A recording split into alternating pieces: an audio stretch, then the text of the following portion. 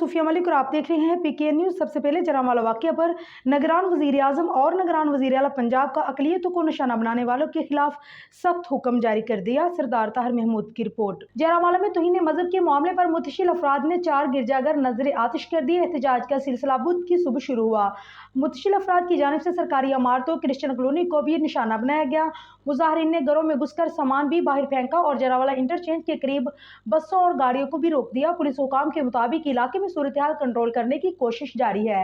निगरान वज़ीर आज़म अनवार उल हक काकर और निगरान वज़ीर आला पंजाब मोहसिन नकवी ने वाक़े का नोटिस ले लिया। उन्होंने समाजी राब्ते की वेबसाइट ट्विटर पर ट्वीट करते हुए कहा है कि जरावाला के मनाजर देखकर मैं परेशान हूँ। कानून की खिलाफ वर्जी करने वालों और अक़लियतों को निशाना बनाने वालों के खिलाफ सख्त कानूनी कार्रवाई की जाए।